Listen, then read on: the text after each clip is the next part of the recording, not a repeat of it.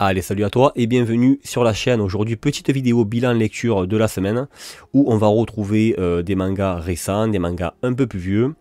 Et pour ma part, un énorme coup de cœur. C'est parti. Donc j'ai commencé la semaine avec le tome 8 de Bucket List of the Dead, donc un manga de Haro Aso, à qui on doit entre autres Alice in Borderland. Bon, pour le coup, c'est pas sa meilleure œuvre, mais c'est un manga qui fait bien le taf. Hein. Donc on va, pour ce tome-là, on va suivre toujours les 4 compères qui apprennent apparemment donc l'existence d'un laboratoire où il se passe donc des essais cliniques pour essayer de trouver un vaccin contre la pandémie de zombies. Et ce laboratoire se trouve à Osaka, donc ils partent du nord du Japon, où on va les retrouver faire plusieurs escales, dont une dans une brasserie de saké. Donc là, c'est le côté festif, le côté marrant du chapitre, on va dire, du manga, quoi. Et il y a un chapitre qui est plutôt éducatif, hein. On va les retrouver dans des fouilles archéologiques d'ossements de dinosaures, donc côté vachement éducatif. Moi perso, c'est le chapitre que j'ai préféré du tome.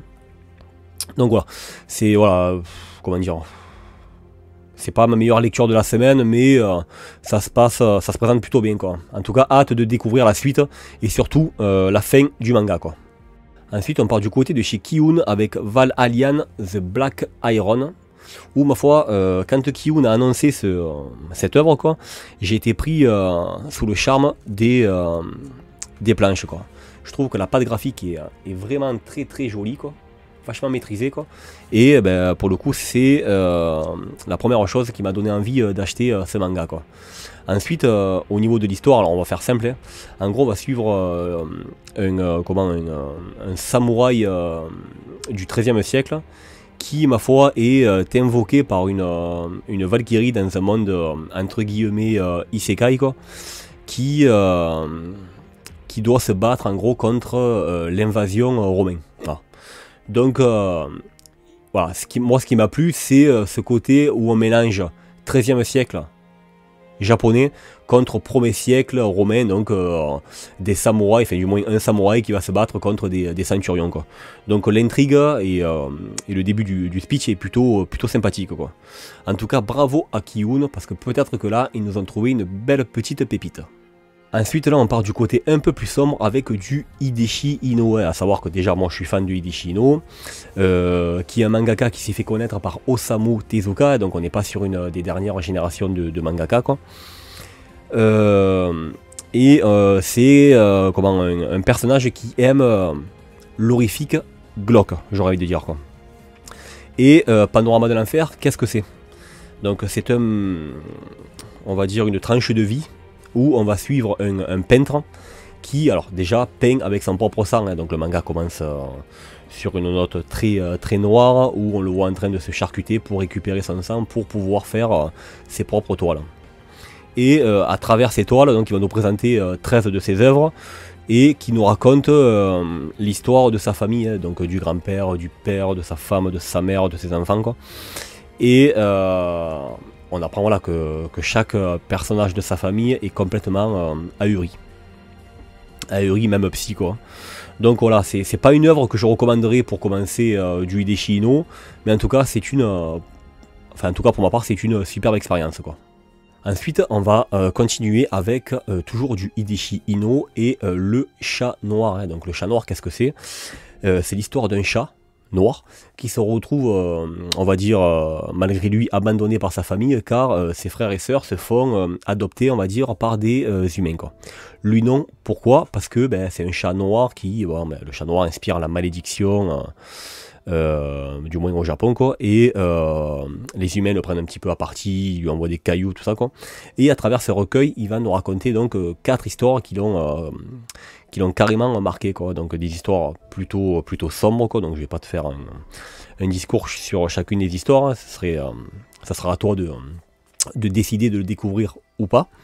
Mais en tout cas, si je devrais conseiller une œuvre de chez cet auteur, quoi, je conseillerais pour le coup le chat noir, quoi.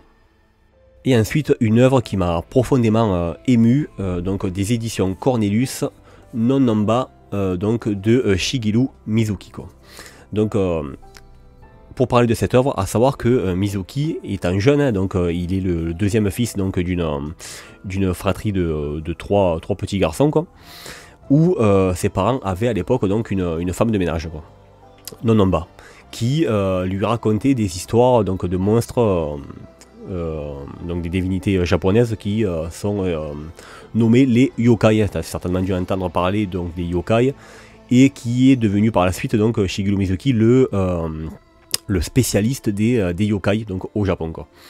Et ce qui est intéressant donc avec cette œuvre, donc Nonnomba, c'est que c'est un recueil sur son enfance, quand sa femme de ménage, donc la femme de ménage de ses parents, lui raconte toutes ces histoires sur ces divinités japonaises, quoi.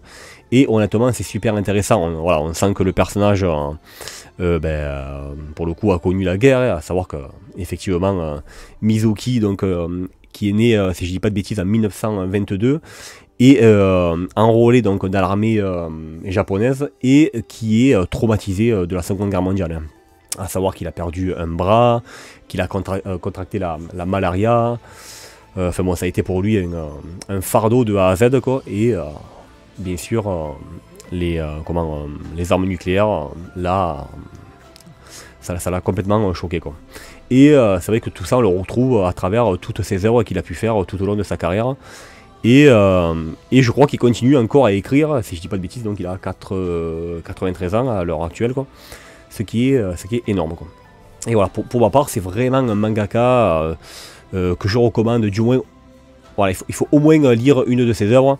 Je pense que la plus connue, forcément, est Kitaro le repoussant, quoi, qui est exceptionnel, quoi. Et voilà, donc voilà, ça a été ma dernière lecture de la semaine. Je l'ai commencé hier soir et je l'ai fini hier soir. Je l'ai complètement dévoré. C'est pour un coup de cœur. Je pense que je le placerai dans le top 10 des mangas de l'année 2023, quoi. Voilà, quoi. Et voilà, ça sera tout pour le bilan lecture donc de la semaine. Je te propose de se retrouver la semaine prochaine pour le compte rendu achat, donc manga du mois de février. J'espère que cette petite vidéo t'a plu et je te dis à bientôt.